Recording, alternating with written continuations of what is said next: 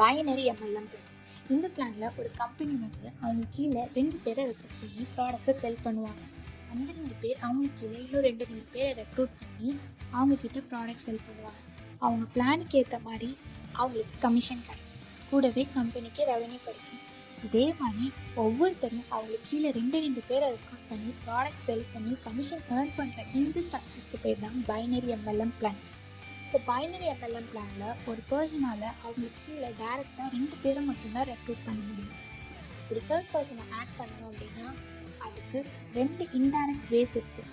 First way manual adding, second spillover. Manual ஆடிங்கில் ஒரு person third பர்சனை ரெக்ரூட் பண்ணணும்னா அவங்க கீழே இருக்கிற ஃப்ரீ ஸ்பேஸஸில் எங்கே வேணாலும் அவங்க இஷ்டப்பட்ட மாதிரி அவங்கள ஆட் பண்ணணும்.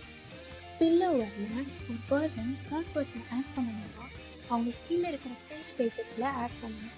பட் இதில் என்னென்னா அவங்களோட இஷ்டத்துக்கு ஏற்ற மாதிரி இங்கே தான் ஆட் பண்ணணும்னு சொல்லி ஆட் பண்ண முடியாது. பைனரி எம்எல்எம் பிளானில் அன்லிமிட்டடாக டெப்த் போய்கிட்டே இருக்கும்.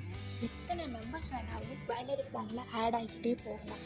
இப்படி பண்ணுறதுனால மேலே இருக்கிற மெம்பர்ஸ், அதாவது அந்த பிளானில் ஃபஸ்ட்டு செகண்ட் தேர்ட் இந்த மாதிரி மேலே இருக்கிற லெவல்ஸில் இருக்கிற பீப்புள்ஸ்க்கு கமிஷன் கம்மியாக கிடைக்கும்.